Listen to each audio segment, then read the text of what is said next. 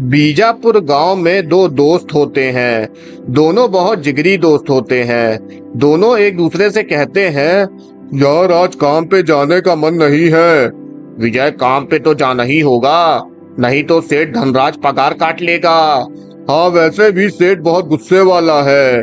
हाँ, अब चलो, ज्यादा वक्त नहीं बर्बाद करते हैं और निकलते हैं। अब दोनों निकलते हैं। दोनों काम पे जा रहे होते हैं और सेठ धनराज के वहां पहुंचते हैं और सेठ धनराज बोलता है, तुम दोनों को इतनी देर क्यों हो जाती है रोज आने में? वो सेठ, हमारे घर थोड़ा दूर है, इसी वजह से हमें देर हो जाती है आने में। तुम दोनों का रोज का यही बहाना रहता है। अब अगर कल से जल्दी नहीं आए तुम दोनों, तो मैं तुम दोनों की पूरे महीने की सैलरी काट लूंगा, समझे? और रवि, तुम काम के बाद मेरे पास आना, मुझे तुमसे कुछ जरूरी बात करनी है। ठीक है सेठ जी, मैं आ जाऊंगा। अब विजय और रवि काम करते रहते हैं और शाम हो जाती है। रवि विजय से बोलता है, विजय तुम घर निकलो, मैं सेठ जी से मिल के आता हूँ। ठीक है।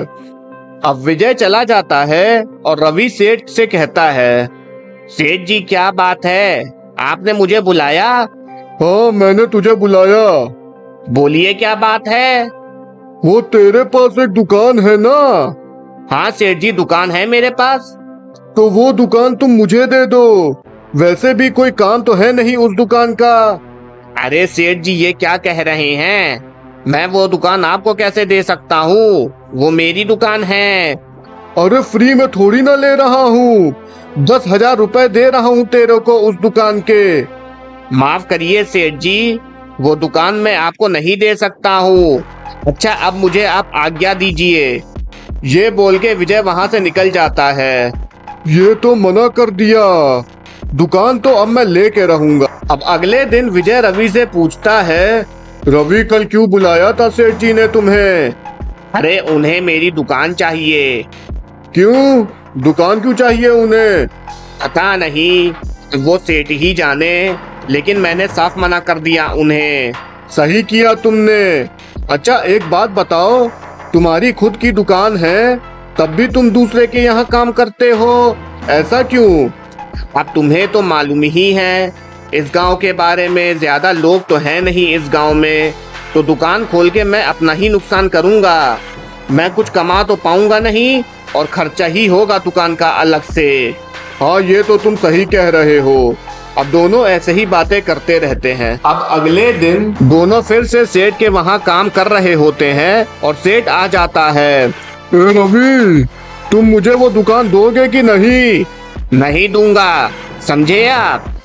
अगर तुम वो दुकान नहीं दोगे मुझे, तो मैं तुम्हें नौकरी से निकाल दूंगा। अरे आप क्या मुझे से नौकरी से निकालेंगे? मैं खुद आपकी नौकरी को लात मारता हूँ।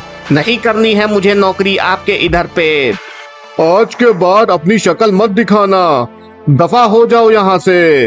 अब रवि नौकरी छोड़ के चला जाता है और सेठ विजय से कहता है, विजय तुम मेरी मदद कर सकते हो वो दुकान लेने में। मैं क्या आपकी मदद कर सकता हूँ? तुम रवि के बहुत अच्छे दोस्त हो, तो तुम मुझे दुकान के पेपर ला के दे दो, समझे तुम? सेठ जी, रवि मेरा दोस्त नहीं है, मेरा भाई है, समझे आप? मैं तुम्हें 2,000 रुपए दूंगा, आप मुझे पैसा दे के नहीं खरीद सकते हैं। चलो ठीक है, मैं तुम्हें 10,000 रुपए देता हूँ और तुम मुझे दुकान के पेपर्स ला के दे दो। क्या? 10,000 रुपए? हाँ, 10,000 रुपए। लेकिन सेठ जी, आप वो दुकान क्यों खरीदना चाहते हैं? अब तुम्हें तो मालूम ही है विजय, इस गांव में कोई दुकान नहीं है, तो मैं उस दुकान में राशन बेचूंगा और मेरा बिजनेस बहुत चल पड़ेगा। तो तुम मुझे दुकान के पेपर्स ला के दे दो। ठीक है सेठ जी, मैं आपको दुकान के पेपर्स ला के दे दूंगा, लेकिन पैसे आप रेडी रखिएगा। हाँ ठीक है, जल्दी लाओ पेपर तुम। विजय सेठ धनराज की बात मान जाता है। अब रवि अपने घर में परेशान बैठा होता है और विजय आता है। अरे रवि, क्या हुआ? तुम परेशान क्यों हो इतने? अरे यार, नौकरी हाथ से चली गई है, और मेरे पास अभी कोई काम नहीं है। अरे तो इसमें परेशान होने की क्या बात है? विजय यार, मैं ये सोच रहा था कि मेरी दुकान तो है ही, तो मैं उसमें छोटा मोटा काम शुरू कर दूं। अब विजय सोचता है, यार मैं इससे जल्दी से पेपर्स मांग लेता हूँ। अच्छा रवि, तुम मुझे दुकान के पेपर्स दिखाओ। क्यों? अरे इसीलिए क्योंकि मुझे मालूम पड़ गया है सेठ धनराज ने तुम्हें नौकरी से क्यों निकाला। उसे तुम्हारी दुकान चाहिए ना। हाँ मुझे मालूम था। देखो मैं इसलिए पेपर्स तुमसे मांग रहा हूँ क्योंकि सेठ धनराज अपने आदमियों के साथ तुम्हारे घर आ सकता है। इसीलिए तुम मुझे पेपर्स दे दो तो दुकान के पेपर्स मेरे पास सुरक्षित रहेंगे। हाँ ये तो तुम सही कह रहे हो। अब रवि विजय को दुकान के पेपर्स दे देता है और विजय पेपर्स लेके चला जाता है। अब अगले दिन विजय सेठ को दुकान के पेपर्स दे देता है और सेठ विजय को पैसे दे देता है और अगले दिन सेठ अपनी दुकान खोल लेता है और रवि जा रहा होता है और देखता है उसकी दुकान पे सेठ धनराज है। रवि सेठ से पूछता है, तुम मेरी दुकान में क्या कर रहे हो? निकलो मेरी दुकान से। ये देखो दुकान के पेपर्स हैं, ये तेरे दोस्त विजय ने लाके दिए हैं मुझे। क्या?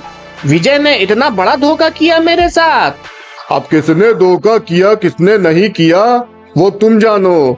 अब ये दुकान मेरी है, तुम निकलो यहाँ से।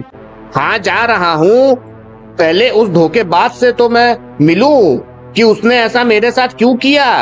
अब रवि ये बोल के विजय के घर निकल जाता है और विजय से पूछता है, विजय तुमने मेरे साथ इतना बड़ा धोखा किया क्यों? क्या करूं दोस्त, सेठ ने मुझे पैसे जो दिए हैं। पैसों के लिए तूने अपनी दोस्ती खराब कर ली। मैं तुझे अपना भाई मानता था और तूने मेरे साथ इतना बड़ा धोखा किया। अरे जा निकल, अपना रास्ता नाप जाके। जा रहा हूँ, लेकिन देख लेना तू कभी सुखी नहीं रहेगा, मेरी हाय लगेगी तुझे। ये बोल के रवि निकल जाता है। कुछ दिन बाद सेठ का धंधा अच्छा चल रहा होता है और रवि दूसरों से काम मांग रहा होता है और विजय रास्ते में जा रहा होता है और उसका एक्सीडेंट हो जाता है और एक व्यक्ति आके रवि को सारी बात बताता है और रवि तुरंत हॉस्पिटल के लिए भागता है और देखता है विजय बहुत जख्मी हालत में पड़ा हुआ है। रवि विजय से कहता है, दोस्त ये क्या हो गया तुम्हें? ये कैसे हुआ? दोस्त ये तो होना ही था मेरे साथ। मैंने तुम्हारे साथ बुरा किया तो उसका फल तो मुझे मिलना ही था रवि। मेरे पास बहुत कम समय है। नहीं मेरे दोस्त, तुम्हें कुछ नहीं होगा। नहीं रवि, मैं अपना प्रायश्चित करना चाहता हूँ। रवि मुझे जो सेठ ने 10,000 रुपए दिए थे उससे मैंने एक छोटी सी दुकान खरीद ली थी। ये उस दुकान की चाबी है, वो दुकान अब से तुम्हारी। और हाँ दोस्त, मुझे माफ कर देना। नहीं विजय, तुम नहीं मुझे छोड़ के जा सकते हो, मैं अकेला हो जाऊंगा। अब विजय अपनी आंखें बंद कर लेता है और विजय का देहांत हो जाता है। हमें इस कहानी से यह सीख मिलती है कि जैसा करोगे वैसे ही पाओगे। तो दोस्तों यही पूरी कहानी थी। अगर कहानी आपको पसंद आई हो तो चैनल सब्सक्राइब करें। धन्यवाद।